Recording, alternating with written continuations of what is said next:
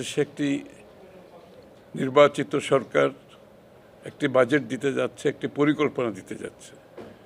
এই প্রেক্ষাপটকে মাথায় রেখে যে আমাদের বিগত নির্বাচনে আমাদের যে ম্যানিফেস্টো এবং সার্বিক পরিকল্পনার একটি প্রতিফলন এখানে ঘটানো হয়েছে। যেহেতু আমরা সেই প্রতিশ্রুতির উপর নির্বাচনী জনগণের ভোটে নির্বাচিত একটি সরকার, সেটার একটা প্রতিফলন এখানে আসছে। এবং প্রেক্ষাপটটা হচ্ছে খুবই সহজ, আপনারা সবাই জানেন। একটি ভঙ্গুর অর্থনীতি থেকে সমৃদ্ধি, প্রেক্ষাপটটা হচ্ছে ভঙ্গুর অর্থনীতি থেকে সমৃদ্ধি, পুনরুদ্ধার, উত্তরণ ও পুনর্গঠন কৌশল। আমরা একটা ভঙ্গুর অর্থনীতি থেকে সামনের দিকে যাচ্ছি। এটা পুনরুদ্ধার কিভাবে হবে, উত্তরণ কিভাবে হবে, পুনর্গঠন কৌশলটা কী হবে, এই কথাগুলোর এই বিষয়কে মাথায় রেখে এটা একটা পরিকল্পনা হয়েছে। এটা পঞ্চবার্ষিকী, প্রথমে five year strategic framework for reform and development. এটার পরিপ্রেক্ষিতে একটি 5 বছরের ফ্রেমওয়ার্ক একটা পরিকল্পনা হয়েছে। সেটাও আজকে আমরা এখানে আলোচনায় এনেছি, যেটা অ্যাকচুয়ালি আগামী, এটা লাগবে না, যেটা আগামী 5 বছরের একটা রোড ম্যাপ, আমাদের উন্নয়নের রোড ম্যাপ। তার মধ্যে অর্থনৈতিক উন্নয়ন তো অবশ্যই এটার প্রথম কাজ এর মধ্যে। তো এখানে আমাদের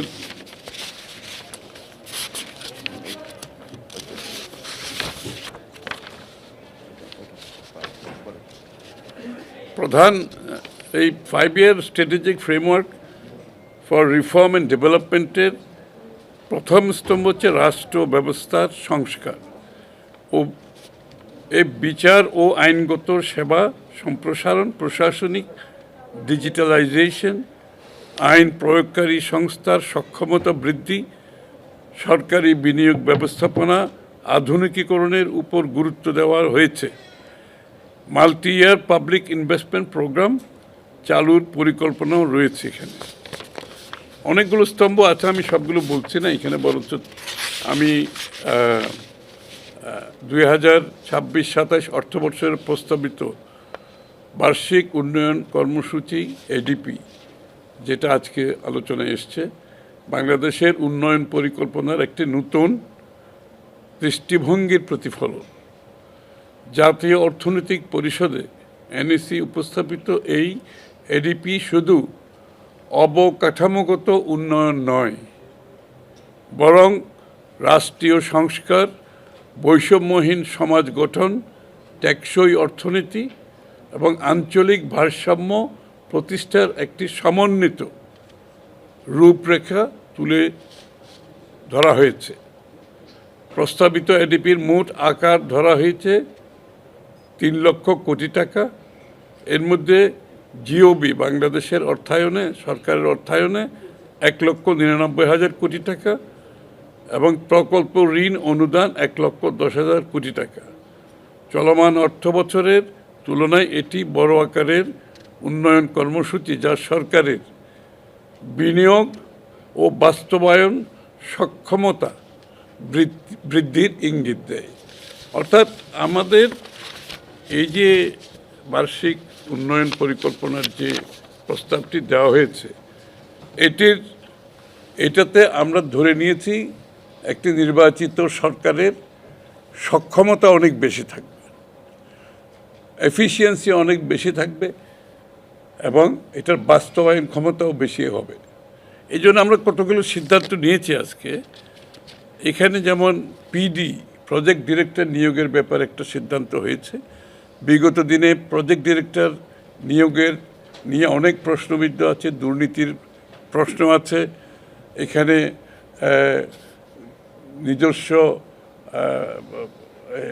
ইনফ্লুয়েন্সের মাধ্যমে নিয়োগের বিষয় আছে, কেউ দুর্নীতির মাধ্যমে প্রজেক্ট বাস্তবায়ন করতে পারে নাই, আবার কেউ যোগ্যতা না থাকার কারণে পারে নাই। সুতরাং পিডি নিয়োগের বিষয়টা আমরা আজকে এখানে আলোচনা করেছি। এইটার একটা ক্রাইটেরিয়া হবে, একটা পিডি নিয়োগ করতে হলে এখন একটা ক্রাইটেরিয়া থাকবে, এই ক্রাইটেরিয়া যারা ফুলফিল করবে তারা একমাত্র পিডি নিয়োগপ্রাপ্ত হবে।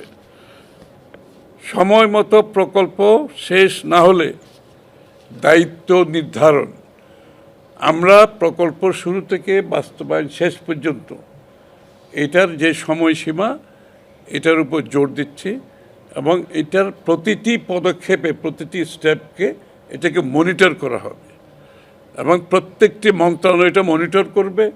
প্রত্যেকটি মন্ত্রণালয়ে একটি ড্যাশবোর্ড থাকবে, ড্যাশবোর্ডের মধ্যে প্রত্যেকটি চলমান প্রকল্পের কতটুকু অগ্রগতি হয়েছে এটা শো করবে।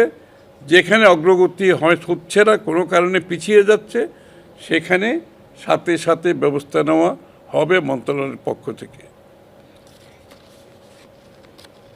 এখানে প্রকল্প আপনারা জানেন, আমরা সরকার যখন দায়িত্ব নিই বা 1300 প্রকল্প, তাই না, 1300 প্রকল্প হাতে ছিল আমাদের বিগত সরকারগুলোর থেকে।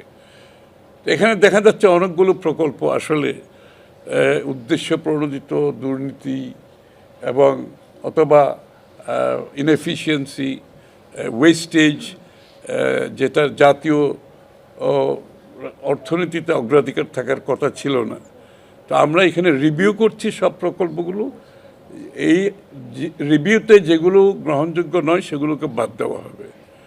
আর যেই প্রকল্পগুলো একটা স্তর পার হয়ে গেছে, এখন আর পিছিয়ে যাওয়ার সম্ভাবনা নেই, সেগুলো কতটুকু বাস্তবায়ন করা যাবে সেটার উপর ফার্দার রিভিউ হবে।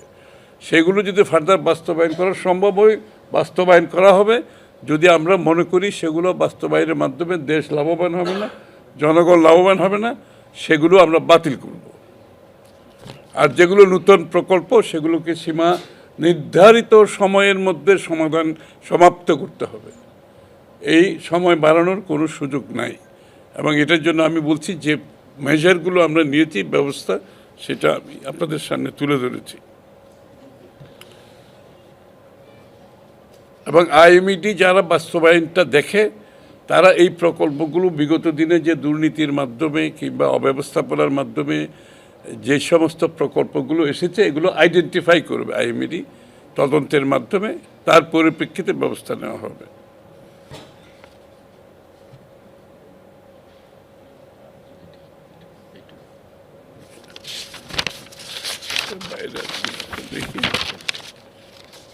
চলমান প্রকল্পের দরকার নেই, প্রগতির ড্যাশবোর্ড থাকবে 26-27 সালের পিরিয়ড, আগামী বছর শেষ। তো এই হলো মোট আজকের সিদ্ধান্ত। তো আপনারা আশা করি এটার কিছু প্রতিফলন বাজেটেও দেখতে পাবেন এবং আগামী দিনের বাংলাদেশের উন্নয়নের যে চিত্র সেখানেও আশা করি তার প্রতিফলন পাবেন ইনশাআল্লাহ।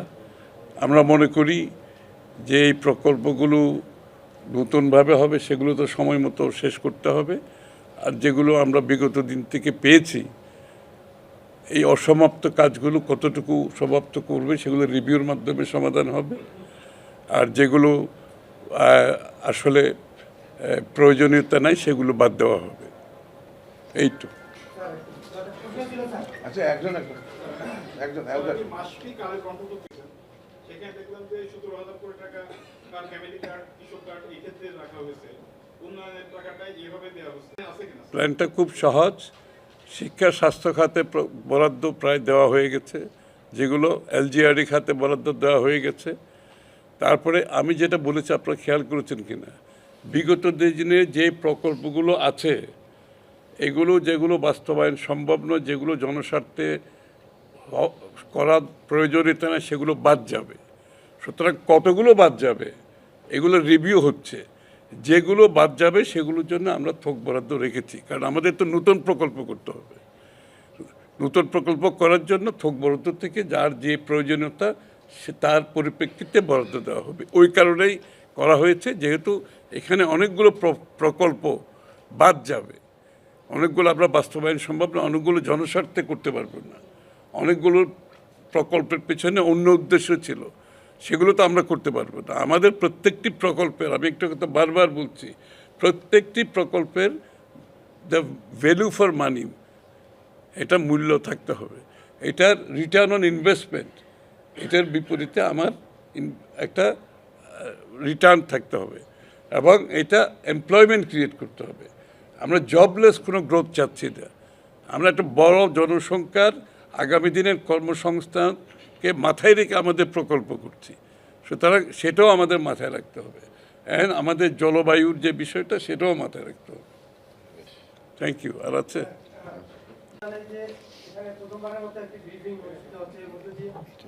আমরা অনেক কিছু আলোচনা করতে অগ্রসর করি। আমার প্রশ্নটা হচ্ছে স্যার, আজকে 3 লাখ কোটি টাকার এডিপি আপনারা অনুমোদন দিলেন, কিন্তু চলতি অর্থ বছরের যে সংশোধিত এডিপি বাস্তবায়নের যে অবস্থা গত 9 মাসে 10 মাসে, সেখানে এত বড় আপনাদের উন্নয়ন বাজেট, সেটা একটা উচ্চাভিলাষ কিনা? বিলাস না থাকলে, আকাঙ্ক্ষা যদি বেশি না হয়, উন্নয়নের দিকে তো যাওয়া যাবে না।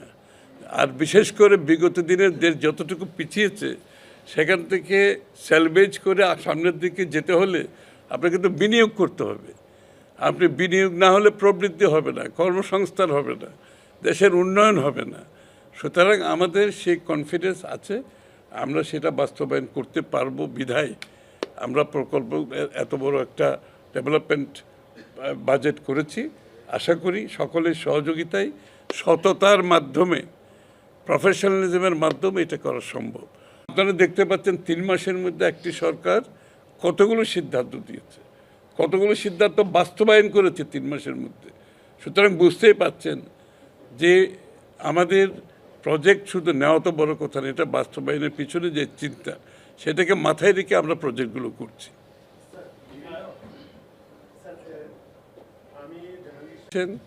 বাংলাদেশের রাজস্ব আদায়ের হার বিশ্বের একেবারে নিম্ন পর্যায়ে, সুতরাং আমরা তো সেই জায়গায় রাখতে পারবো না। একটা দেশ যখন সামনের দিকে এগিয়ে যাবে, যে অর্থায়ন করতে হলে সেটা আমাদেরকে অবশ্যই বাড়াতে হবে। এবং এটার জন্য আমরা এনবিআরের একটা রিফর্ম প্রোগ্রামে যাচ্ছি এবং এইগুলোর রাজস্ব আদায়ের ক্ষেত্রে আমাদের নেটওয়ার্ক যেটা, সেটা আমরা বড় করতে যাচ্ছি। বহুদিন নেটওয়ার্কের কথা শোনা গেছে, কিন্তু নেটওয়ার্ক তো বড় হয়নি। ঘুরে ফিরে যারা আছে তারাই ট্যাক্স দিচ্ছে, তাদের উপর বারবার চাপ সৃষ্টি হচ্ছে। এই জন্য আমাদের নেটওয়ার্ক আমরা বৃদ্ধি করতে যাচ্ছি, আপনারা দেখতে পাবেন। এবং মেবি অনেকে লো একটা ইনকাম ট্যাক্স দিয়ে তারা নেটওয়ার্কে আসবে, এবং যাতে করে আসে আমরা সবাইকে এনকারেজ করতেছি। যত বেশি লোককে আমরা নেটওয়ার্কে আনতে পারবো তাদের জন্য সুবিধা, কারণ রাজস্ব আদায় যত বেশি হবে তাদের এটার বেনিফিট জনগণের কাছে যাবে। এটা তো একটা নির্বাচিত সরকার। আগে বেনিফিট গিয়েছে কিছু লোকের পকেটে, এখন বেনিফিট যাবে বাংলাদেশের মানুষের কাছে। সুতরাং এখানে একটা ইনসেন্টিভ থাকবে। আর রাজস্ব আদায়ের জন্য যেই জায়গাগুলো বাইরে ছিল সেগুলোকে আমরা এইবার নিয়ে এসেছি আমাদের আওতার মধ্যে। সব কিছু মিলিয়ে আমি বলবো না এটা যে আমরা একটা বড় ধরনের একটা এখানে ইয়ে হবে, মানে প্রবৃদ্ধি হবে। এটা প্রবৃদ্ধি হবে ক্রমান্বয়ে, তবে এটা আমাদের বাজেটের করার সময় মাথায় রেখে কতটুকু প্রবৃদ্ধি হতে পারে, এবং এটাকে মাথায় রেখে আমরা বাজেট প্রস্তাব করেছি। আশা করি আগামী দিনে এটা যত বাড়বে আমাদের প্রবৃদ্ধির হারও বাড়বে, আমাদের বিনিয়োগও বাড়বে, আমাদের কর্মসংস্থানও বাড়বে।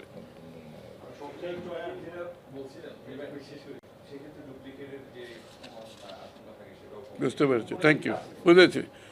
এটা খুব সিম্পল ব্যাপার, যে কৃষক কার্ড পাচ্ছে সে তো আর ফ্যামিলি কার্ডের লোক এক না। যে ফ্যামিলি কার্ড যে ভদ্রমহিলাকে দেওয়া হচ্ছে, ফ্যামিলির প্রধানকে, উনি তো আর কৃষক কার্ডের জন্য এলিজিবল। একটা কার্ডে কীভাবে হবে? এটা তো আলাদা হতে হবে, তাই না? বেনিফিটগুলো তো আলাদা আলাদা, এবং আমরা সমাজের যে সমস্ত জায়গায় এই বেনিফিটগুলো টার্গেটেড ওয়েতে আমরা কিন্তু দিচ্ছি। সুতরাং এটা তো আলাদা কার্ড হতেই হবে। এবং কিন্তু একটা জিনিস আমি বলি, যেখানে রিপিটেশন হচ্ছে, যারা হয়তো একটা পাচ্ছে আবার ফ্যামিলি কার্ডও পাচ্ছে, তারা হয়তো সেটা বাদ যাবে। সুতরাং যেহেতু যেটার মূল্য বেশি, তারা সেটাই পাবে।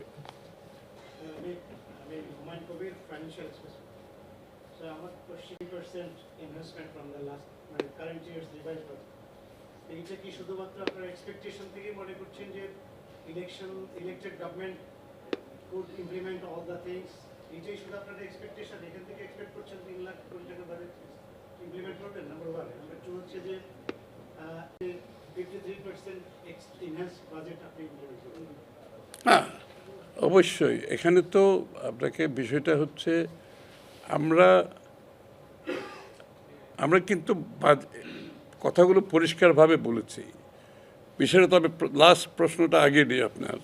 স্বাস্থ্য, শিক্ষা খাত এবং ডেমোগ্রাফিক ডিভিডেন্ড এবং এই যুব সমাজের উন্নয়ন, কর্মসংস্থান সৃষ্টি, এগুলো কিন্তু সব কিছু এক জায়গায়।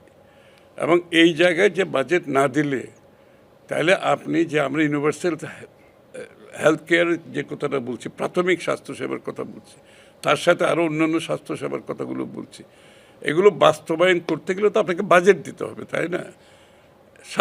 শিক্ষার বেলায়ও তাই। শিক্ষার কিন্তু আমরা বিস্তৃতিটা বাড়াচ্ছি। এখানে কিন্তু প্রচুর হবে আপনার স্কিল ডেভেলপমেন্টে, আপনার দক্ষতা বাড়ানোর জন্য। এখানে প্রচুর ইনস্টিটিউশন হবে, যে আমরা এগুলোকে কী ইনস্টিটিউট বলছি, কারিগরি শিক্ষা কেন্দ্র। কারিগরি শিক্ষা কেন্দ্র প্রচুর। আমরা তো চাই না আমাদের ছেলেমেয়েরা ম্যাট্রিক, আইএ, বিএ, এমএ পাশ করুক, তারপরে চাকরি পাবে না, বসে থাকবে। আমরা চাই এদের একটা বড় অংশ যে কারিগরি শিক্ষার দিকে এগিয়ে যাবে, এবং সেইখানে আমাদের একটা বড় বিনিয়োগ হবে। এবং কারিগরি শিক্ষাটাকে আমরা একটা মানসম্পন্ন জায়গায় নিয়ে যেতে চাচ্ছি, যেখানে অ্যাক্রেডিটেশন থাকবে, সার্টিফিকেশন থাকবে, গ্লোবাল পিয়ারদের সাথে রিভিউ থাকবে। আপনার এই সব মিলিয়ে যে শিক্ষা ব্যবস্থা আমরা করতে যাচ্ছি, ইনশাআল্লাহ এরা দেশের ভিতরে ডিমান্ড মিট করবে, দেশের বাইরে তারা ডিমান্ড মিট করবে। এখানে তো বিনিয়োগ করতে হবে, এবং বিনিয়োগের আমরা কোন খাতে কত বিনিয়োগ করবে, এটা রিটার্ন কি, এখান থেকে কত কর্মসংস্থান হবে, এগুলো তো আমরা হিসাব করেছি। হিসাব করে বিনিয়োগ করতে হবে। কারণ বাস্তবায়ন হবে কি না, তো এটা তো অপেক্ষা করতে হবে। বাস্তবায়ন হবে কি না, তো বাস্তবায়ন তো করতে হবে। বাস্তবায়ন না হলে আমরা আমাদের গ্রোথ অ্যাচিভ করব কি করে, আমরা কর্মসংস্থান অ্যাচিভ করব কি করে, আমার রপ্তানি বাড়বে কি করে, আমাদের শিল্পের প্রোডাকশন বাড়বে কী করে। অবশ্যই এগুলো তো সব কিছু একটার সাথে একটা অন্যটা জড়িত। এটা আমরা করতে হবে। সোফার লিডারশিপের কমিটমেন্ট ইজ বড় কথা। এখানে একটা elected representative, on top of that the লিডারের leadership quality and commitment and dynamism, এগুলো সব ম্যাটার করে। এগুলো বাংলাদেশে অন্যান্য দেশে হয়েছে, আমরা দেখেছি তো। আর 3 মাসের মধ্যে একটা দেশের এই ভঙ্গুর অর্থনীতির মধ্যে যে প্রকল্পগুলো নেওয়া হয়েছে, বাস্তবায়ন হচ্ছে, এটা তো 3 মাসের মধ্যে একটা ভঙ্গুর অর্থনীতিতে কেউ এক্সপেক্ট করবে না। এই যে বিদেশ থেকে যারা আসছে, জেপি মর্গান, আমি ইচ্ছা করে বলতেছি, ওরা বলছে আমরা 66 কান্ট্রিতে আমরা অপারেট করি, কিন্তু আমরা বাংলাদেশে আসবো এই জন্য, পার্টনারশিপে কাজ করব এই জন্য। আমরা দেখছি কোথায় লিডারশিপ যাচ্ছে, বাংলাদেশের নেতৃত্ব কোথায় যাচ্ছে, এটা আমরা ফলো করছি। এই জন্য আমরা বাংলাদেশে আসতেছি। বিনিয়োগ ফান্ড ম্যানেজাররা আসতেছে, সবাই আসতেছে, বিনিয়োগকারীরা। শুধুমাত্র কমিটমেন্ট, লিডারশিপের কমিটমেন্ট, ডাইনামিজম, সিদ্ধান্ত গ্রহণের যে দ্রুততা, সব কিছু মিলিয়ে আমরা মনে করি বাংলাদেশ বিশ্বের কাছে একটি নেক্সট ইনভেস্টমেন্ট ডেস্টিনেশন হিসেবে গ্রহণযোগ্য হয়েছে। এত তো নেওয়া যাবে না, আমাদের কাজ আছে তো এরপর। এটা লাস্ট। আমার নাম গোলাম কাজী রঘু, আমি এটিএন নিউজে কাজ করি। স্যার, আপনি বক্তব্যে বলছিলেন যে আপনারা যে পরিকল্পনা নিয়ে এগুচ্ছেন সেটি হচ্ছে যে একটা কি ভঙ্গুর জায়গা থেকে আপনার উত্তরণের দিকে আপনাদের প্রচেষ্টা থাকে। নিঃসন্দেহে সেটি প্রশংসার দাবিদার। এবং আপনি আরেকটি কথা বললেন যে ইলেকটেড গভর্নমেন্টের প্রকল্প বাস্তবায়নের গতিও বাড়বে, সেটিও স্যার ঠিক আছে। কিন্তু স্যার, আমরা তো ছোটবেলায় পড়েছি বা সব জায়গায় আমরা যেটা জানি যে cut your code according to your code. Sir, যেখানে আপনারা উত্তরাধিকার সূত্রে একটি ভঙ্গুর অর্থনীতি পেয়েছেন, বিভিন্ন রকমের দায় দেনা আপনাদের আছে, ঋণের বোঝা আছে, আপনারাও বারবার বলছেন যে আমরা ভঙ্গুর অর্থনীতি পেয়েছি। তুমির স্যারও বারবার একটা কথা বলেন, ঘরে টান আছে, সরকারে টান আছে, সবচেয়ে কঠিন একটা পরিস্থিতির মধ্যে আপনারা আছেন। তাহলে এত সব বাস্তবতার মধ্যে কেন স্যার আপনারা এত বড় একটা এডিপি আপনারা বাস্তবায়ন করার ঝুঁকি নিলেন? আমি এক কথায় উত্তর দিয়ে দিচ্ছি আপনাকে। বুঝছি আমি। আমি উত্তরটা দিচ্ছি এক কথায়। আপনারা মনে আছে ছোটোবেলায় টিউবওয়েলে যখন পানির নিচে লেভেল কমে যেত, শেষ আর টিপলেও আসে না, হ্যাঁ? তখন কি করতে হয়? পানি ঢালতে হয়, পানি ঢালতে হয়, আরও গভীর হলে আরও একটু ঢালতে হয়। তারপরে যখন আপনি চাপবেন, তারপরে পানি আসতে শুরু করবে। এই জন্য আমাদেরকে নিতে হয়েছে একটা বড় বাজেটে আমরা যাচ্ছি, যে এই বিনিয়োগ ছাড়া এই ভঙ্গুর অর্থনীতি থেকে বেরিয়ে আসার কোনো সুযোগ নেই। এই বিনিয়োগের প্রয়োজন এই জন্য দেখা দিচ্ছে। Thank you.